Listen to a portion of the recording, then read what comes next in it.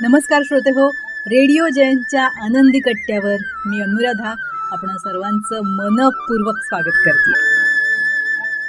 श्रोते हो, आजच्या आनंदी कट्ट्यावरून सुनील इनामदार यांनी शेअर केलेला अगदी आपल्या बालपणात घेऊन जाणारा एक अतिशय सुंदर विचार तुमच्याशी शेअर करते. ऐकूया.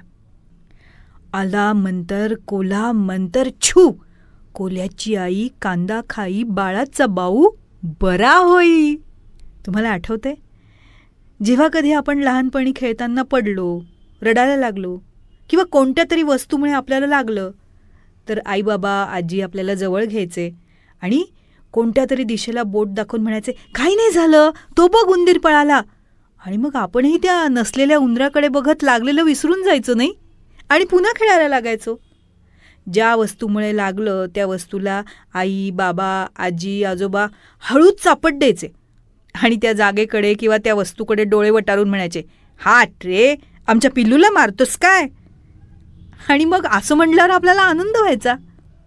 वाटायचं की आपल्याला कोणी काही केलं तर त्याला ओरडायला आपल्या घरातले आई बाबा मोठी माणसं आहेत. आणि मग काय, ती लागलेली जखम, ते होणारं दुःख आपण विसरूनच जायचो. कधी आपल्याला काही लागलं चावलं आणि आपण ते आईबाबांना दाखवायला गेलो की त्यावर ते असे फुंकर मारायचे आणि म्हणायचं, काही नाही, आता बरं होईल, फू केलाय ना, मग बघ झटक्यात बरं होईल. पण का कुणास ठाऊक, जसं जसं आपण मोठं होत गेलो ना तसं तसं आईबाबांना या शब्दांची आवश्यकता वाटेनाशी झाली आणि त्यांनी ते शब्द बोलणं बंद केलं आणि आपणही ते ऐकणं. मोठं झाल्यावर वाटायला लागलं की काय बालिशपणा होता तो, असं फू करून कधी काही जखम बरी होते का. पण खरं तर ना, एवढं मोठं होऊनही आपल्याला त्या शब्दांची खरी ताकद कळलीच नसते. म्हणजे जखम त्या फूनी नाही बरी व्हायची, तर त्या हळूवार फूमधल्या प्रेम माया आणि विश्वासानं बरी व्हायची. खरं तर ते शब्द आपलं लक्ष त्या दुःखापासून विचलित करण्यासाठी असायचे. या शब्दामुळे आपण सगळी दुःख विसरून पुन्हा एकदा तयार व्हायचो. जसे मोठं झालो तसं आपण सो कॉल्ड ओपन वर्ल्डमध्ये आलो. मग काय कॉलेज, नोकरी, स्पर्धा, करिअर, मानमरातब, पैसा या आणि अशा अनेक गोष्टींमध्ये गुरफटत गेलो. रोज अनेक शारीरिक म्हणा मानसिक म्हणा जखमा व्हायला लागल्या, अनेक गोष्टी खुपायला लागल्या. मग त्यात जातीवाद आहे, राजकारण आहे, व्यसन आहे, भोंदूगिरी आहे, गरिबी आहे, गुंडगिरी आहे, भ्रष्टाचार आहे, दहशतवाद आहे, जीवघेणी स्पर्धा आहे.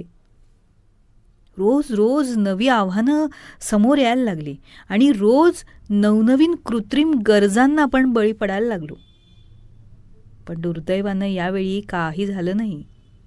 उंदीर पळाला, हाट रे, आमच्या सोनूला मारतोस, असं करून त्या सगळ्या दुःखाकडे डोळे वटारून बघायला आणि फू केलंय ना आता, मग बरं होईल ते, असं म्हणून त्या जखमांवर फुंकर मारायला कोणी नाहीये.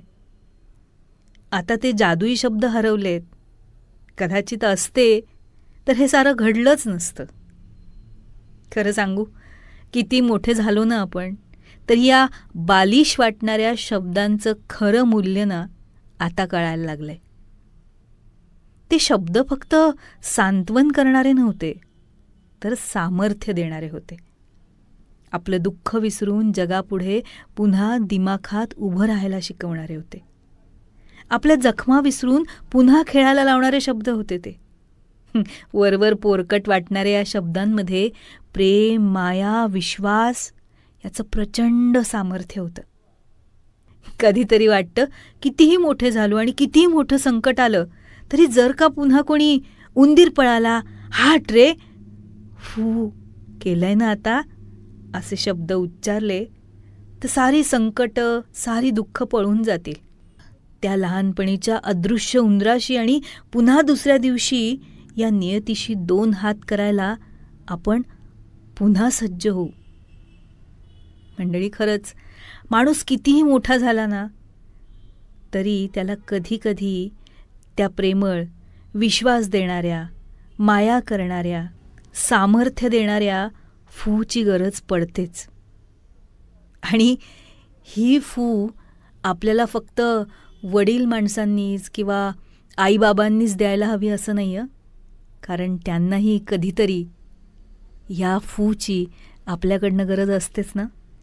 म्हणूनच आपण किती मोठे झालो, कितीही संकट आली, तरीसुद्धा एकमेकांसाठी ही प्रेमळ, सामर्थ्य देणारी, विश्वास देणारी फू आपण एकमेकांच्या मनावर मारायलाच हवी. काय पटतंय ना? हा होता आनंदी कट्ट्यावरचा आजचा सुंदर विचार. तुम्हाला तो कसा वाटला याविषयीची तुमची कमेंट बॉक्समध्ये नक्की लिहा.